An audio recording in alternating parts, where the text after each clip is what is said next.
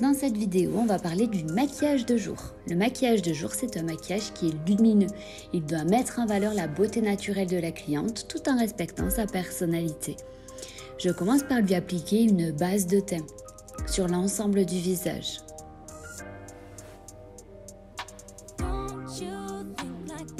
Donc c'est un maquillage, comme son nom l'indique, qui va être vu à la lumière du jour. Il est indispensable d'unifier le teint sans trop le charger, mais en effaçant les traces de fatigue et en corrigeant les éventuelles imperfections.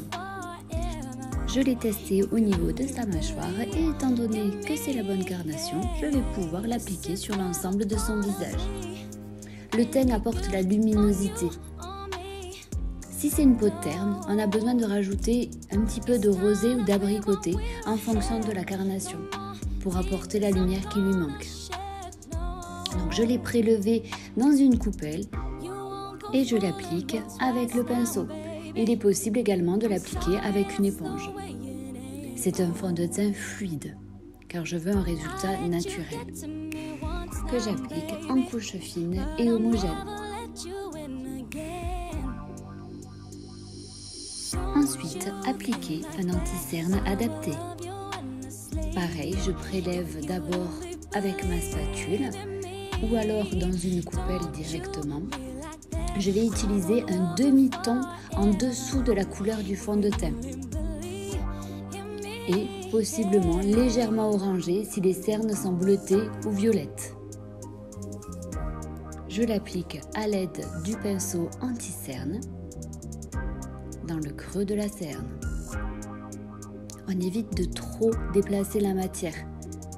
L'idée, c'est de vraiment déposer la matière sans trop la déplacer. On fond l'anti-cerne dans le fond de teint.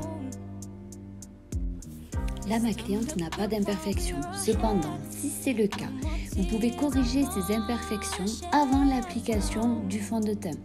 Notamment, si elle a des rougeurs, vous allez pouvoir modifier ces rougeurs avec une base verte, d'une couleur complémentaire. Ces imperfections colorées, vous pouvez également les rectifier avec un correcteur si celles-ci apparaissent encore une fois le fond de teint en place. Comme là, il reste une petite imperfection que je rectifie avec un correcteur. Ensuite, je vais appliquer ma poudre libre translucide sur l'ensemble du visage. Là, je l'applique avec un pinceau pour un rendu naturel. Cependant, vous pouvez également l'appliquer avec une houppette. Comme vous avez vu, j'ai relissé le dessous des yeux, la cerne, pour éviter qu'il y ait des plis.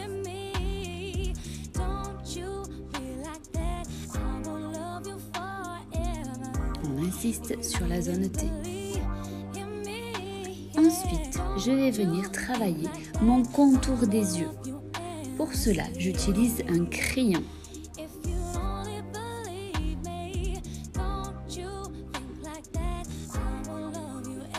Ça va permettre d'intensifier le maquillage des yeux. Là, il s'agit d'une mine grasse.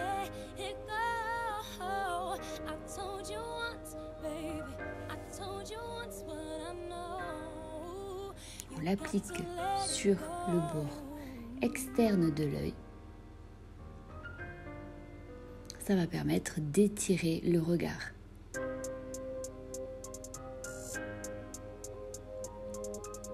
C'est quelque chose que je vais terminer d'étirer avec mon pinceau biseauté pour être le plus précise possible. Et ça va permettre du coup d'avoir ma structure de l'œil. J'ai ma base, je sais jusqu'où je dois aller avec mon fard à paupières. Ça m'a structuré mon œil. Je vais pouvoir ensuite appliquer mon fard à paupières. Je commence par choisir un fard à paupières de couleur claire. J'ai toujours mon Kleenex sur ma main pour pouvoir déposer le surplus de fard. Et je vais déposer le fard à paupières clair sur l'ensemble de l'œil. Donc là, je vais sélectionner 2 à 3 fards à paupières clair, moyen, foncé qui respectent l'harmonie générale du modèle. Je prends une couleur un petit peu plus foncée qui va me permettre de structurer mon œil.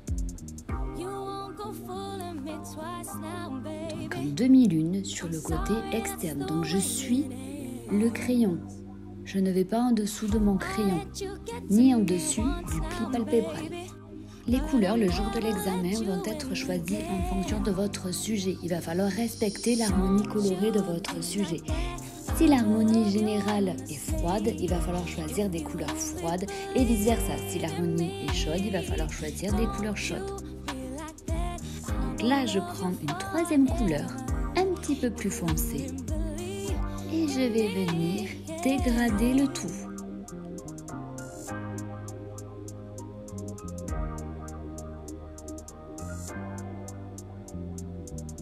Pour dégrader le tout, vous avez la possibilité d'utiliser un pinceau boule.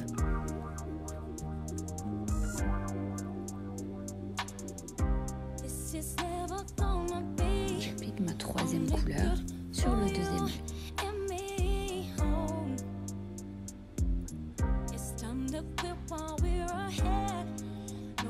Et je viens la dégrader.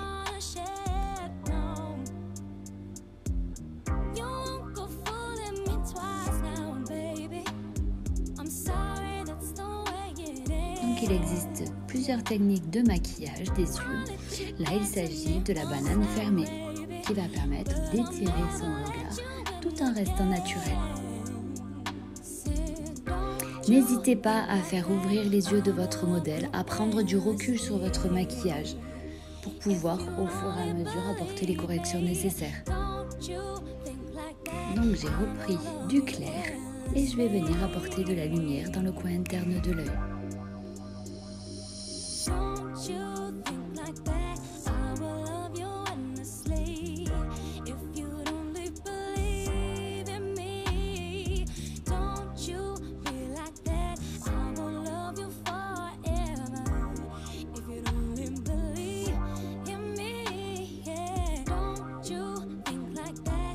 Toujours pareil, je fais ouvrir les yeux de ma cliente et je prends du recul.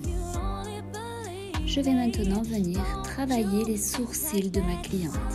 Il y a plusieurs possibilités pour les sourcils.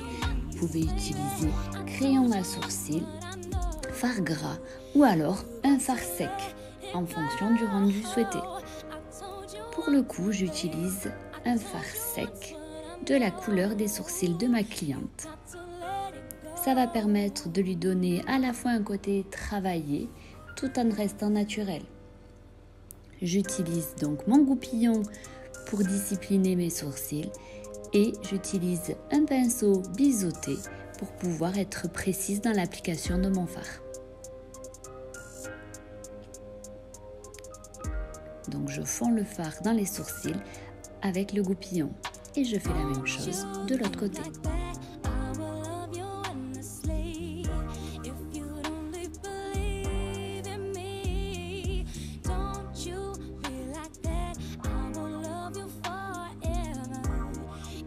Je fonds avec mon goupillon.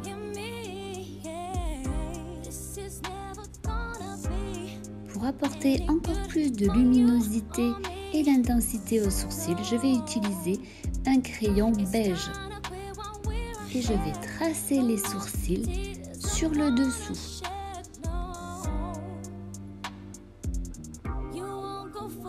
Ça va permettre d'apporter un point de lumière sous le sourcil qui permet d'apporter du volume à la paupière fixe. Ça va rehausser le regard et structurer davantage les sourcils.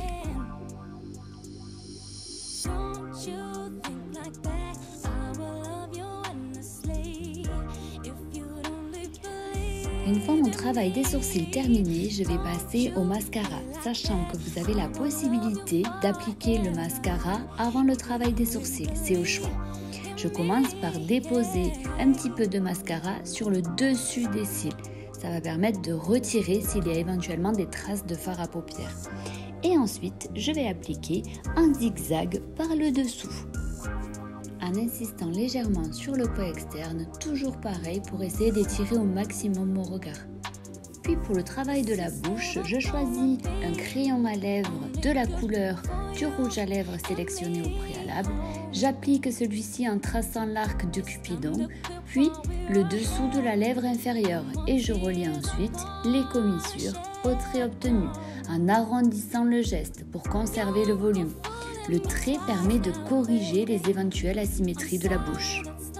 Puis j'ai prélevé mon rouge à lèvres sur une spatule et je l'applique avec mon pinceau à lèvres sur l'ensemble des lèvres de mon modèle.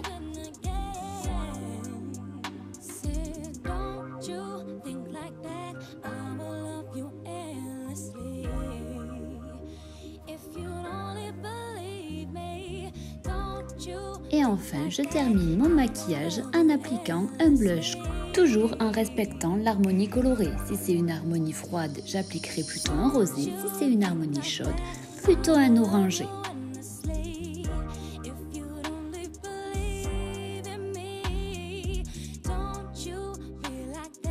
Et voilà le résultat.